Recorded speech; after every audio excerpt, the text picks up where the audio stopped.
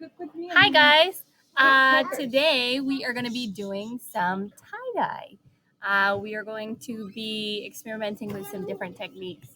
Here at camp we usually do the box dye. It looks like this. You'll need a 5-gallon bucket and be able to mix it with that. Make sure you get a bucket that you don't mind staining. The other things you'll need: rubber bands and gloves.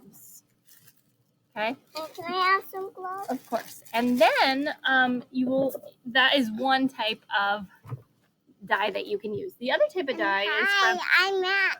You are Max. The other type of dye we can use is the dye from the kits. I find these to be a lot easier, and in the end, I think they might be comparable in price. Damp, just in a bucket of water here, and I am gonna squeeze it out to the best of my ability so that it's no longer dripping water.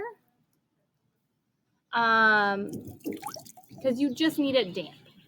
Next thing we're gonna do, so what I did, I got this damp, I then folded it in half. I took a light colored pencil and I went ahead and I drew my heart right on the center line. Okay, the curve is up at the top. Right here, I'm gonna take this and I'm going to try and line up that heart line to the best of my ability. Let's see here, make sure it's really lined up well when you go to do it. You want to basically make this diagonal line into a straight line. Just up here towards the top, it starts a curve, and I'm going to try and make that into a straight line. I'm going to go ahead and keep going right around. And granted, you do not have to do this if you do not want a heart. This is just one way of doing it. And then I'm going to add an elastic. I've seen people use zip ties on this piece before. I don't have zip ties, so I'm just going to use elastics and hope for the best. So I have I have 5 colors here, so I might choose to do 5 elastics. And the tighter your elastic is, the whiter the color will be underneath. Okay. So I have 1 section, 2 sections, 3 sections, 4 sections. I might just do one final one over here. Okay, and then I'm going to simply add color. Make sure you're in a spot that your parents are not going to get upset with you. Hint, hint, outside. Hint, hint, probably in the grass. And you're going to lay your tie-dye right on the ground. And my suggestion is putting on your gloves first.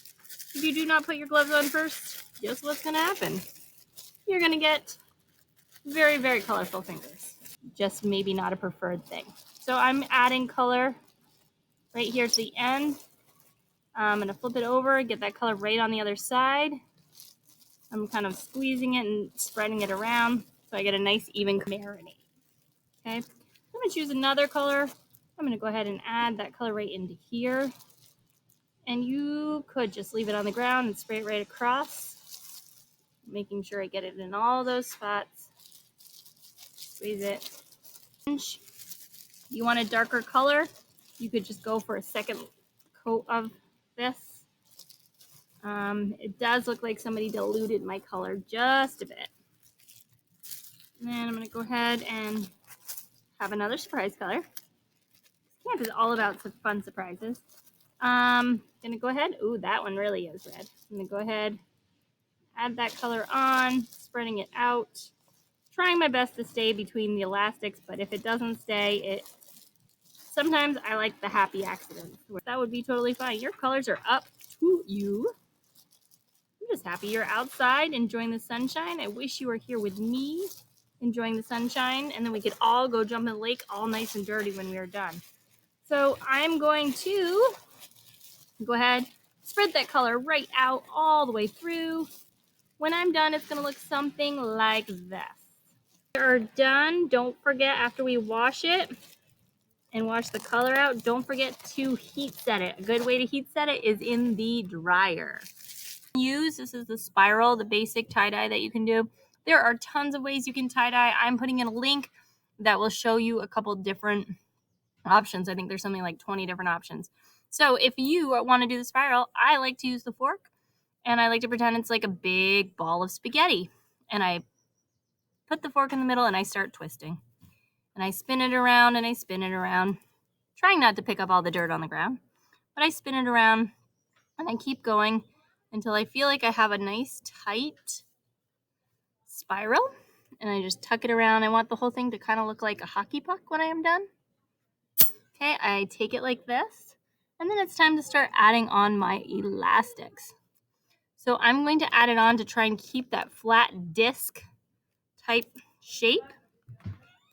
Okay, and you need to have this one, anywhere you have the elastic, it's going to be white, but there's also a lot of areas that will be white just by making the spiral because the cloth is pressed up against the other. So again, when you start to dye, make sure you are doing it in an area you're not going to get in trouble from your parents.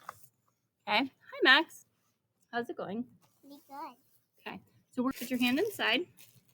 Make sure you get a pair of gloves. Even if they're gigundous, they'll be better than having purple fingers. Okay? So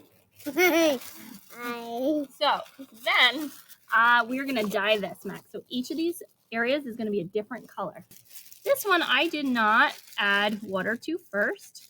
So my option would be I could add a little bit of water right now that it is wet to help it spread a little bit more. So I'm going ahead, getting that color on there. You can tell it's a different shade of blue. I'm going to let you do the next color, okay, Bot? And then we're just spreading it right across that one area. Yep, okay. Wait, can I show you where you're going to do it? Run it right there on that one place. Good. Right on there. Right on there. Okay, turn it over for a second. We are excited to see how your tie-dyes came out. So make sure you take some pictures. This is black. And we're going to take it, and Max is going to do kind of a sunburst type of thing. So you're going to start putting some elastics on. So we're going to just pinch a piece of the cloth like this and just start adding ties onto it. Okay? So we're going to pinch. Here's a pinch right here. Since you guys aren't at camp, guess what? There's less people for them the mosquitoes to feast on. So they're feasting on me a lot. Dan Lindy's here today, visiting, doing some work up here. We miss you guys a lot. Okay, guys. So I'm in the kitchen. It's morning, and these have been in the bags for 24 hours. And they have soaked up as much dye as they can soak up, so it's time to rinse it out. Things I would do, I'd either do this outside under the hose and just run the hose through these until it's completely clear. Or the other option is to soak it in cold water, and with the cold water, add in some vinegar and some salt. Those are your options. And I'm going to take these out of the bag, and I'm going to undo those elastics. Okay, so I'm untying them. Don't leave them on the ground for a family member or guardian to come across, or an animal to eat. So just undid it. And I have a nice spiral going on right there. My next step would be to add it into my salt water and vinegar solution. I have vinegar in. I'm going to do the heart one next week, and I'm going to add some salt into my bucket. Okay, it doesn't have to be a ton. Your shirt should already have all that dye soaked into your cloth. Don't be too worried about it getting light. It's just the nature of the beast. It's going to happen. Letting it soak more than 24 hours really won't do much for you. Okay. Some fabrics will absorb more than others. So when you wash this, guys, that you wash it by itself. You can do it on cold permanent press. Okay. It came out pretty nice. What do you think, Max? Pretty good? All right, here's the way it came out. Oh, it was close, Max. We gotta work on that top part. A good last step, guys, is to always toss it in the dryer by itself, and that will heat set it. So if the vinegar and the salt haven't already set it, the heat of the dryer will. And with my arts and crafts buddy and I, we say have fun making arts and crafts this week. Have fun making making arts and crafts this week. We miss you. We miss you. Love you. Bye.